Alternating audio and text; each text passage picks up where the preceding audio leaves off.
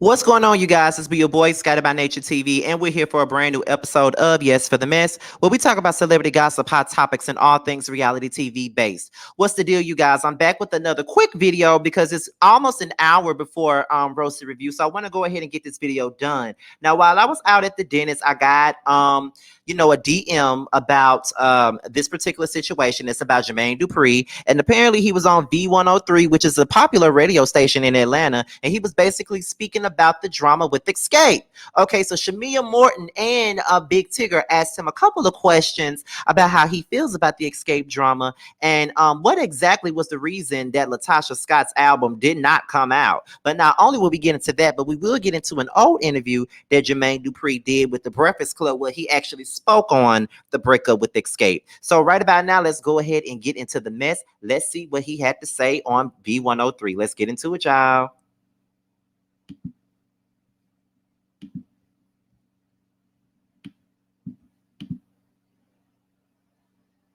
Had Xscape in here the other day, and then we had Latasha here as well. I know you know all the drama that's been going on with them from their show Queens of R&B.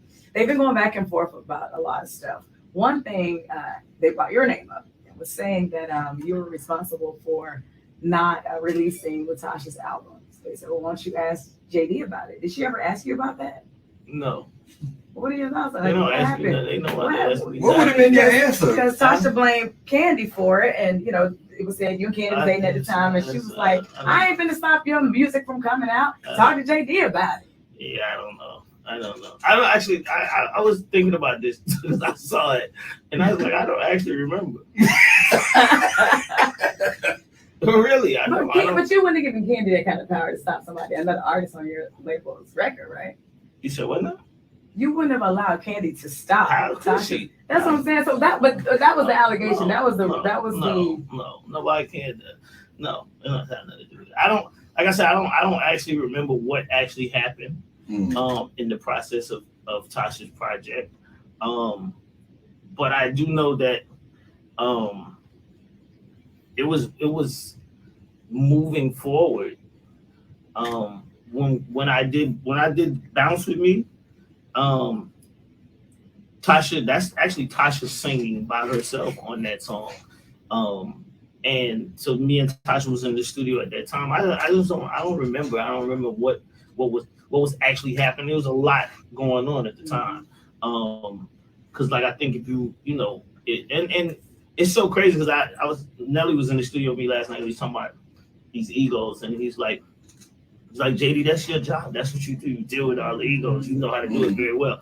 Because if you remember, like when I did So Def 20th anniversary, it was only 2 girls that came on stage and performed as Xscape at the 20th. Oh, wow. Right? So it's and at that time it was Tasha and her sister, and Tamika and Candy didn't show up. So it's like, I don't pay no attention to this either. I just it's okay. It is what y'all I love it. I actually like it more or less than anything. I know everybody probably like this guy's wow, but the fact that you guys are talking to these girls in 2023, and I signed them in 92, and they're like at the top of the conversation on every blog, on TV, radio.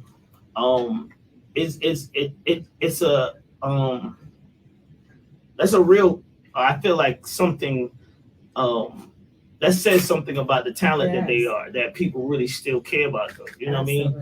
What I mean? Enough to for you to even be asking me about them. It's like that's the first group I ever signed, and for them to still be, they probably more popular now than they were when when I first signed them. So I feel like we in that world where if Candy's been a housewife since the duration, right? Since it first started, right? So she's basically part of that world, and they have basically gone into that world. So I think it's almost like what you was just saying, Tig, about like me going into different, sectors of life. I feel like they have evolved from this early 90s girl group to, a talked about girl group in the 2000s, and then they're continuing to keep it going. So I feel like I feel like hopefully they all understand we only get one life, right? We only get one life. So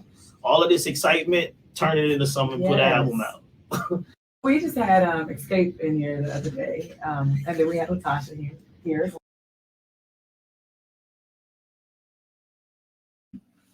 All right, so that was Jermaine Dupri on not VH1, V103, which is a radio station in Atlanta. Okay.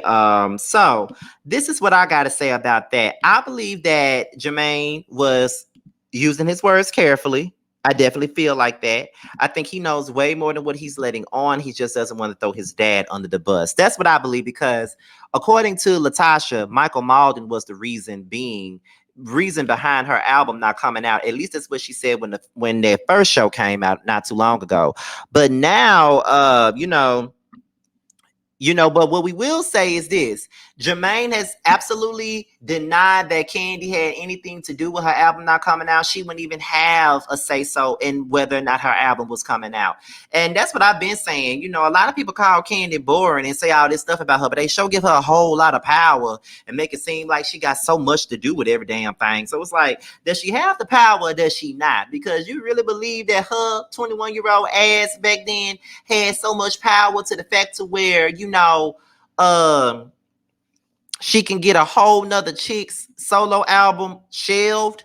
But Jermaine Dupri said he don't know what happened. But child, however, we're about to get into something else. Now, this is old.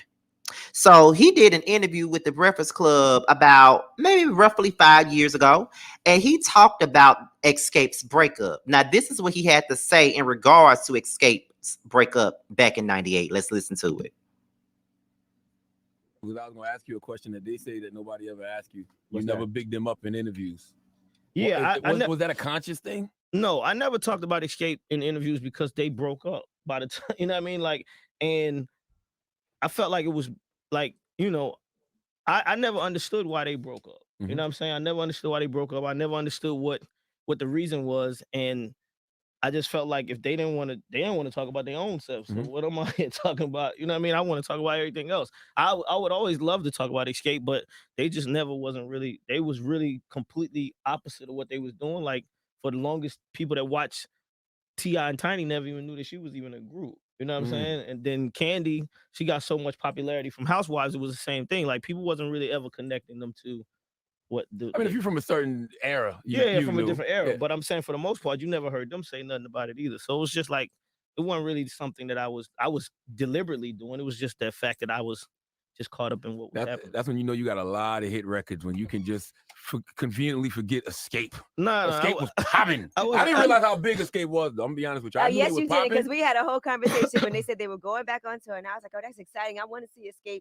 And he was like, who wants to see Xscape? I did, because I didn't realize how big they were. I didn't realize. I mean, a lot of people didn't. And I'm glad that they went on the tour. I'm glad that they did. I'm glad that I sparked that energy to make them even go out there and do that, because a lot of people on that other side of that fence that didn't realize how big that group is and how much they meant to the culture. Did it make it awkward when Tamika said that you and Candy was having sex? No. Was that part of the reason you? I'm a lifer, man. I'm a real life person, man. Yeah. Things that happen in my like the funniest part about, I'm gonna say something. The funniest part about being older and becoming, I guess, legendary, what people call you, is that people always try to make fun of things that happen in your life. You can't make fun about things that, this is my life. Right. I live the craziest life ever. Like, when I had to tell Wendy Williams this about Janet. Like, I dated Janet Jackson, nobody else. You can't say nothing crazy about it. You can ask me about it, but I'm the one who enjoyed all of that. You know what I'm saying? And the same thing with anybody that anybody said they heard I was with. You know, me and Candy, we did have a little thing, but that ain't what broke the group up. Now hold on now, because the girl first, she said y'all did do something, and then she said she was lied about it. So which Tamika, whoever. I think what happened was that I know Candy in her book discussed what happened, and she said you guys did have a relationship, and I could see how that could be somewhat weird for the other girls in the group, because they might feel like they're not getting treated equally, that Candy might have had more of an advantage because she had more of a direct line to you. I mean, it's just what people think. Yeah. And they said it was you and your daddy smashing. Right, that's the lie. She said it was never her. That's where That's where my hands. So you bow out? That's why I bow out. I don't know nothing about all that other stuff. So it was about Candy saying that they lied about her sleeping with Jermaine's dad. Oh, with not her. Jermaine. Oh, Okay. okay. Gotcha. Yeah. I mean, the situation with me and Candy it was just something that happened. It wasn't like that. And I mean, you know, the thing that broke Xscape up, for just the clarity, is me writing the songs. Because when the group came to me, I never really paid attention to how the group was actually created from the scratch. I write the songs based on how I hear music, and I thought that Candy should sing the songs because of that. That's just how that's how it felt to me. But Tasha was actually the leader of the group. So when you start giving people songs and you tell them they should sing, and you give a song to Angela, and he's the person who started it, he gonna be looking like, yo, I'm supposed to be And then they singing. probably This. thought y'all had a relationship. No, too. it wasn't. That was just that was But that's the what you would first think. song. That's what. Oh, okay. This was the very first Before. song. This happened before anything. This was like this when they came to my house. I said, yo, this is the song I want y'all to sing. The song said Candy be the lead, right? And then Tasha had to fall back, and it's like her group. So from there, I never even paid no attention to what I was doing. I was already creating a friction by doing that. And that's a lot of times that happens when you write songs. You don't even really pay no attention to that. And people don't, you know, I didn't pay too much attention to that. And I kept writing songs that leaded to, like, once Just Kicking It went #1, and I was like, oh shit, Candy, you might need to sing another song. Right. And then the person's still looking like, nigga, this is my group. When I'm gonna get my lead. So, and then it started changing when I made Who Can I Run To, and Tasha sang the lead, and Candy wasn't on that song, right? So it was like, it just was the way the structure was. That group thing is so crazy when you do that type of stuff. And what about Tasha going solo? Was that your idea? Was that another label? I mean, I think she always wanted to go solo, but the whole truth of it was that I wasn't like pushing that to be something that would break the group up. And so many things have come back full circle for you. Now, growing up, hip hop is on. Your daughter's on the show. Yeah. Okay, you guys. So that was basically Jermaine Dupri on the Breakfast Club 5 years ago, talking about the breakup with Xscape. Now, yeah, he basically said that him and Candy sleeping together had nothing to do with Xscape breaking up. And then he said that the reason why, you know, Latasha wasn't getting the leads, it was based off the structure of the music. So that's why she wasn't getting no leads. But we still don't know what exactly happened to get Latasha to not lead no damn song. So, I mean, about her solo album, we really don't know. And he said he don't know, but I believe he know way more than what he let known. But however, with that being said, this be your boy Scotty by Nature TV. Leave what you got to say down below, okay? Make sure you like, rate, comment, subscribe, share this video, and also click on the notification bell so you can be notified whenever a video drops. If you want to follow me on any form of social media, my Twitter, Instagram, and my TikTok will be down below. With that being said, you guys, I'm out of here. I will see you guys for Roast and Review tonight, and I'm out, y'all. Bye.